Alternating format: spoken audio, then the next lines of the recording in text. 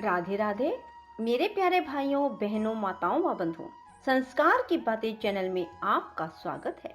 बंधुओं, कार्तिक मास शुरू हो चुका है और मैं आपको कार्तिक मास में शिव पद्म पुराण की कथा सुनाने जा रही हूँ। बंधुओं, कार्तिक मास में रोजाना पद्म पुराण की कथा को अवश्य सुने। बंधुओं, जो मनुष्य भी कार्तिक मास में पद्म पुराण सुनेंगे, भगवान विष्णु की उन पर विशेष कृपा होगी। उनकी हर मनोकामना कार्तिक मास चलते चलते पूरी हो जाएगी। जो मनुष्य भी सच्चे मन से एक निष्ठा होकर कार्तिक मास में पद्म पुराण की कथाओं को सुनेंगे। बंधुओं, यदि आपने YouTube चैनल को अब तक सब्सक्राइब नहीं किया तो जरूर करें और बेल आइकन दबाना ना भूलें। बोलो श्री कृष्ण भगवान की जय, विष्णु भगवान की जय।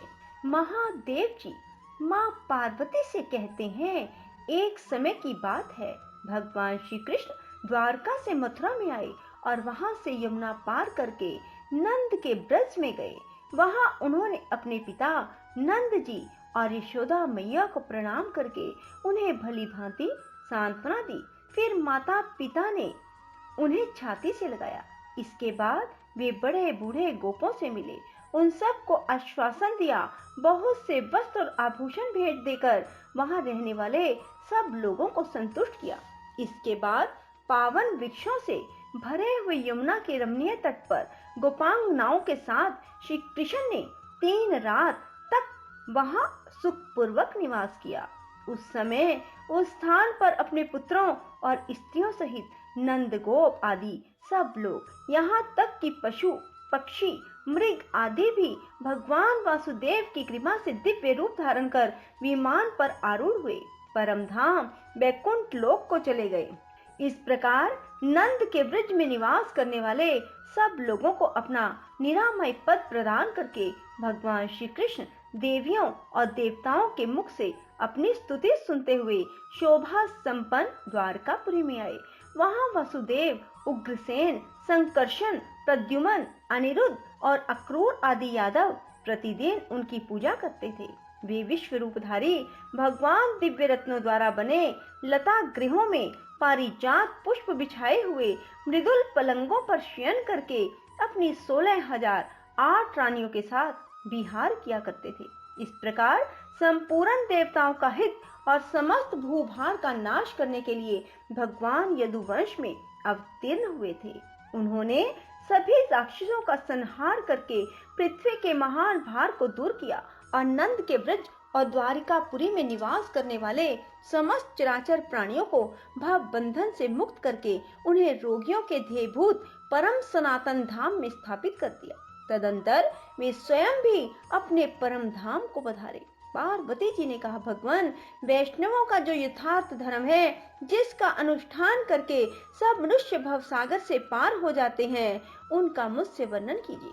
महादेव जी ने कहा, देवी, प्रथम वैष्णवों की 12 प्रकार की शुद्धि बताई जाती है। भगवान के मंदिर को लीपना, भगवान की प्रतिमा के पीछे पीछे जाना और भक्ति पूर्वक उनकी प्रदक्षिणा करना, ये 3 कर्म चरणों की शुद्धि करने वाले हैं। भगवान की पूजा के लिए भक्ति भाव के साथ पत्र और पुष्पों का संग्रह करना, यह हाथों की शुद्धि का उपाय है। यह शुद्धि सब प्रकार की शुद्धियों से बढ़कर है। भक्ति पूर्वक भगवान श्री कृष्ण के नाम और गुणों का कीर्तन, वाणी की शुद्धि का उपाय बताया गया है। उनकी कथा का श्रवण, उत्सव का दर्शन, ये 2 कार्य क्रमशः कानों और नेत्रों की शुद्धि करने वाले कहे गए हैं। मस्तक पर भगवान का चरणोदक, निर्माल्य तथा माला धारण करना, ये भगवान के चरणों में पड़े हुए पुरुष के लिए सिर की शुद्धि के साधन है। भगवान के निर्माल्य भूत पुष्प आदि को सूंघना अंतः शुद्धि और घ्राण शुद्धि का उपाय माना गया है। श्री कृष्ण के युगल चरणों पर चढ़ा हुआ पत्र पुष्प आदि संसार में एकमात्र पावन है, वह सभी अंगों को शुद्ध कर देता है। भगवान की पूजा 5 प्रकार की बताई गई है। उन 5 भेदों को सुनो। अभिगमन, उपादान, योग, स्वाध्याय और ईजया, ये ही पूजा के 5 प्रकार हैं। अब तुम्हें इनका क्रमशः परिचय दे रहा हूँ। देवता के स्थान को झाड़ बुहार कर साफ करना, उसे लीपना, पहले के चढ़े हुए निर्माल्य को दूर हटाना अभिगमन कहलाता है। पूजा के लिए चंदन और पुष्प आदि के संग्रह का नाम उपादान है।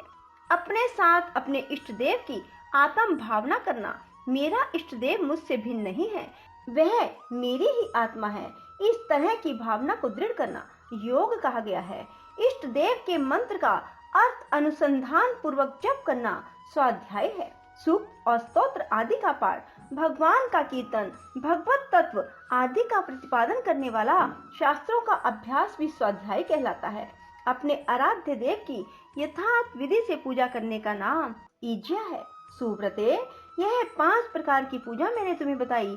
यह क्रमशः सृष्टि, समीप्य, सालोक्य, सायुज्य, सारूप्य नामक मुक्ति प्रदान करने वाली है। अब प्रसंगवश शालग्राम शिला की पूजा के संबंध में कुछ बताने जा रहा हूँ। 4 भुजाधारी भगवान विष्णु के दाहिनी एवं उधर्व भुजा के क्रम से अस्त्र विशेष ग्रहण करने पर केशव आदि नाम होते हैं। अर्थात दाहिनी ओर का ऊपर का हाथ, दाहिनी ओर का नीचे का हाथ, बाईं ओर का ऊपर का हाथ और बाईं ओर का नीचे का हाथ। इस क्रम से चारों हाथों में शंख, चक्र आदि आयुधों को क्रम या व्यतिक्रम पूर्वक धारण करने पर भगवान की भिन्न भिन्न संज्ञाएं होती हैं। उन्हीं संज्ञाओं का निर्देश करते हुए यहाँ भगवान का पूजन बतलाया जाता है। उपयुक्त क्रम से चारों हाथों में शंख, चक्र, गदा और पद्म धारण करने वाले विष्णु का नाम केशव है। पद्म, गदा, चक्र और शंख के क्रम से शस्त्र धारण करने पर उन्हें नारायण कहते हैं। क्रमशः चक्र, शंख, पद्म और गदा ग्रहण करने से वे माधव कहलाते हैं। गदा, पद्म, शंख और चक्र इस क्रम से आयुध धारण करने वाले भगवान का नाम गोविंद है। पद्म, शंख, चक्र और गदाधारी विष्णु रूप भगवान को प्रणाम है। शंख, पद्म, गदा, चक्र धारण करने वाले मधुसूदन विग्रह को नमस्कार है। गदा, चक्र, शंख और पद्म से युक्त त्रिविक्रम को तथा चक्र, गदा, पद्म और शंखधारी वामन मूर्ति को प्रणाम है। चक्र, पद्म, शंख और गदा धारण करने वाले श्रीधर रूप को नमस्कार है। चक्र, गदा, शंख, पद्मधारी ऋषिकेश आपको प्रणाम है। पद्म, शंख, गदा, चक्र ग्रहण करने वाले पद्म नाम विग्रह को नमस्कार है। शंख, गदा, चक्र और पद्मधारी दामोदर आपको मेरा प्रणाम है।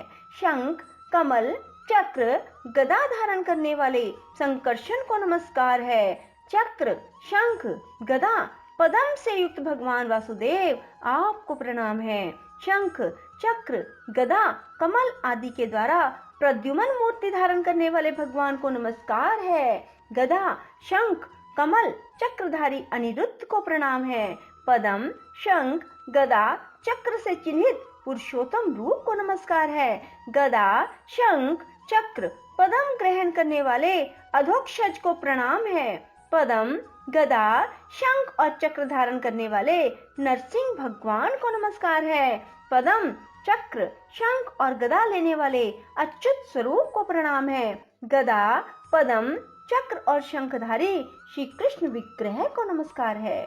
जिस शालग्राम शिला में द्वार स्थान पर परस्पर सटे हुए 2 चक्र हों, जो शुक्ल वर्ण की रेखा से अंकित और शोभा संपन्न दिखाई देती हो, उसे भगवान श्री गदाधर का स्वरूप समझना चाहिए। संकर्षण मूर्ति में 2 सटे हुए चक्र होते हैं, लाल रेखा होती है, उसका पूर्व भाग कुछ मोटा होता है, प्रद्युमन के रूप में कुछ पीलापन होता है और उसमें चक्र का चिन्ह सूक्ष्म रहता है। अनिरुद्ध की मूर्ति गोल होती है, उसके भीतरी भाग में गहरा एवं चौड़ा छेद होता है। इसके सिवा वह द्वार भाग में नीलवर्ण और 3 रेखाओं से युक्त होती है। भगवान नारायण श्याम वर्ण के होते हैं, उनके मध्य भाग में गदा के आकार की रेखा होती है, उनका नाभि कमल बहुत ऊंचा होता है। भगवान नरसिंह की मूर्ति में चक्र का स्थूल चिन्ह रहता है, उनका वर्ण कपिल होता है, वे 3 या 5 बिंदुओं से युक्त होते हैं। ब्रह्मचारी के लिए उन्हीं का पूजन विहित है, वे भक्तों की रक्षा करने वाले हैं। जिस शालग्राम शिला में 2 चक्र के चिन्ह विषम भाव में स्थित हों, 3 लिंग हों, 3 रेखाएं दिखाई देती हों, वह ब्रह्मा भगवान का स्वरूप है। उनका वर्ण नील और आकार स्थूल होता है। भगवान राह भी सबकी रक्षा करने वाले हैं। बोलो श्री कृष्ण भगवान की जय। राधे राधे। जय श्री कृष्णा। बंधुओं, यदि आपको हमारी ये कथा पसंद आए तो इसे लाइक करें और कार्तिक मास में रोजाना मैं आपको पद्म पुराण की कथा श्रवण करवाऊंगी। कृष्ण भगवान की जय। राधे राधे। जय श्री कृष्णा। बंधुओं, यदि आपको हमारी वीडियो पसंद आए तो इसे लाइक करें और शेयर भी जरूर करें। धन्यवाद।